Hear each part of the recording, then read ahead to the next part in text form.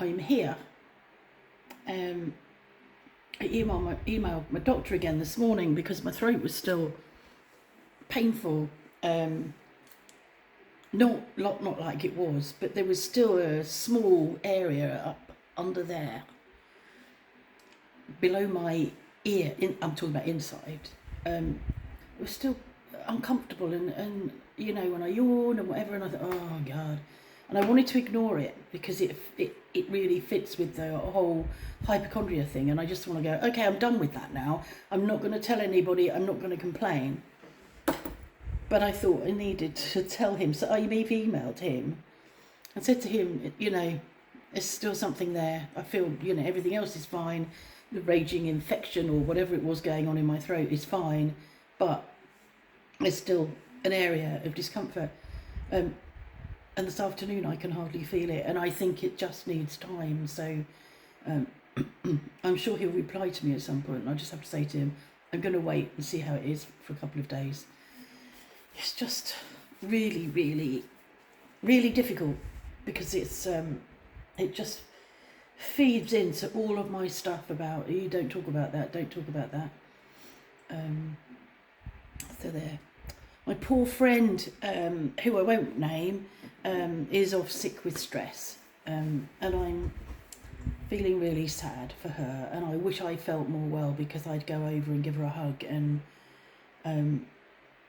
it's really hard. I said to her, I had it, she calls it burnout, and I had it twice, once in 1998 and once in 2006, and it's horrible. It's really horrible, and I didn't understand it as stress back then, but I know what it is now. But it's really horrible. You can't think, you can't make decisions, you can't drive. Your head feels like it's full of glue. Any thinking that you need to do just is slow and impossible. So I'm feeling really sorry for her and wish that I could do something to support her. I mean, I've been chatting to her this morning, but I just wish that there was something I could do. I wanted to send her some flowers, but I haven't got her address, and I don't want to ask for her address because she'll want to know why. So it's like, I can't do that. We started just about to start packing the car up for a small déchetterie run, and because I looked last night, I said to Michael, it is open tomorrow, and then he started packing the car up at about 1:30. I thought I'd better go and have a look and see what time it opens, and it's closed now till Wednesday because tomorrow is Assumption Day, so it's a jour férié, which means the déchetterie will be closed. The shops will be open in the morning at least, I think, but yeah, and it's just another jour férié, but it is the only one in August, and there's nothing now until after that, until November the 1st, which is All Hallows Day. So I did a bit of shopping. We went out anyway because I said, well, you go to the déchetterie, you can drop me off and I can do a bit of shopping and you can pick me up. But we still went out and shopped, run out of dishwasher stuff and toothpaste and some of those things that I don't buy very often, and we'd run out. So I did a large order the other day of there's a product that I buy, or products I buy, which are organic cleaning products from a company called Body Nature. And so my floor cleaner, well, it's a multi-purpose cleaner, comes in litre bottles, and then you dilute it.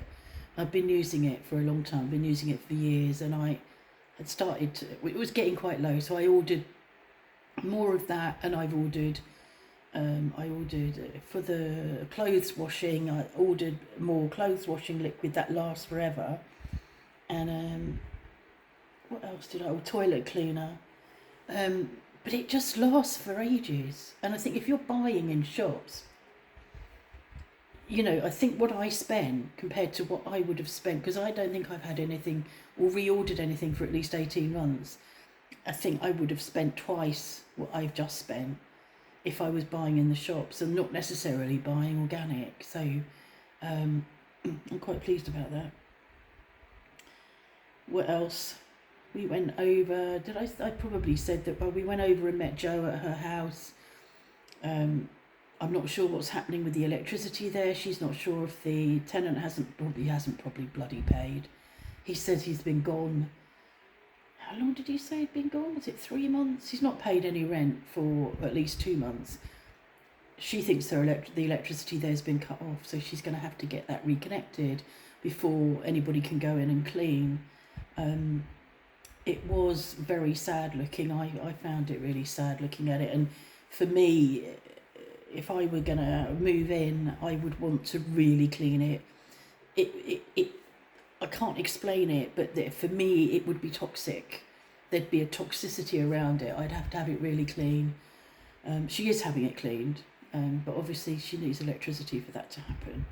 There was a hole, another hole in the wall that she found underneath a picture.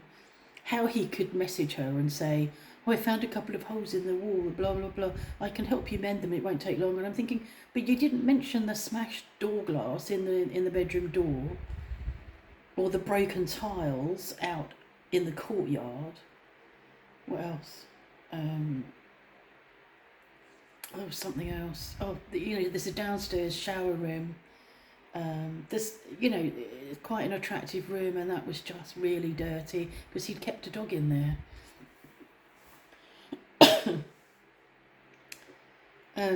But yeah, just horrible.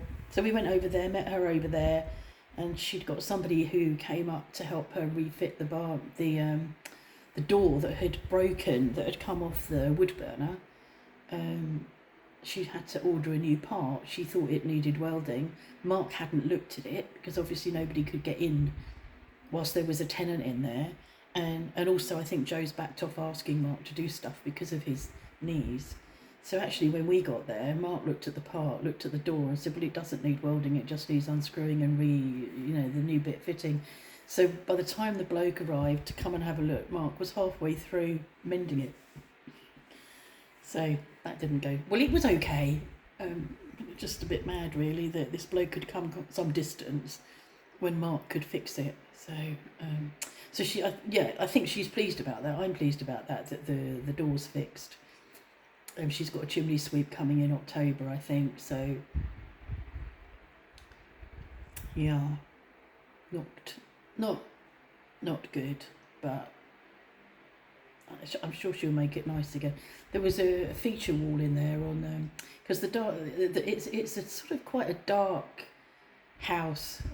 It surrounds an internal courtyard with great big glass windows, not patio doors, but similar to patio doors, but massive, because it was a barn. So it's big barn doors with big glass opening. But the house goes around the courtyard. So it's a bit dark in the dining. Well, all the rooms are a bit dark, but in the dining room, and there was a nice feature wall in there with wallpaper on it. And the tenants before this last tenant said, "Can we do some painting? Can we redecorate?" And she said, "Yeah, okay." They painted over the wallpaper, and it was lovely wallpaper. It really made a feature of this back wall under the mezzanine, and it's like they painted it white. So that's that. You can see Jazz out there on that metal table. It's quite warm out there, and it feels humid, but it doesn't say it's humid. But every time I go out there, it feels humid to me. So I've got the fan on because I've been feeling a bit warm.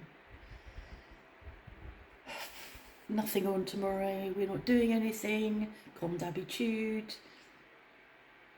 He's got his consultation a week today for his knee again. I'm hoping that it won't then be another month from the consultation, that it'll be a bit quicker, that he is invited in for an operation. But we have no idea, no idea, and just have to wait and see. So we I think he more than I do, but he feels like he's in limbo, just waiting. And I'm doing the chickens on my own each day, down and back, each evening, down and back.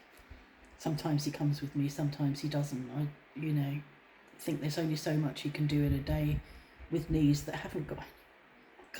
I just can't imagine, knees with nothing, no, thing. No thing. See, my brain's not working. Brain's not working. Anyway, I can't imagine walking on bone to bone. He says it's not painful, but it must be bloody uncomfortable. So yeah, sooner that comes along the better. And my sister will be here the weekend after next, so I'm excited about that. And my niece, sister, brother-in-law and niece, and I think Coco the dog, but I'm not sure. We'll see. Anyway, I thought I'd show you my face. Yes, okay, some of you don't want to see my face, but for those that want to know if I'm okay, my face. And that's it, really. Boring, really, isn't it? Boring. Okay, see you next time.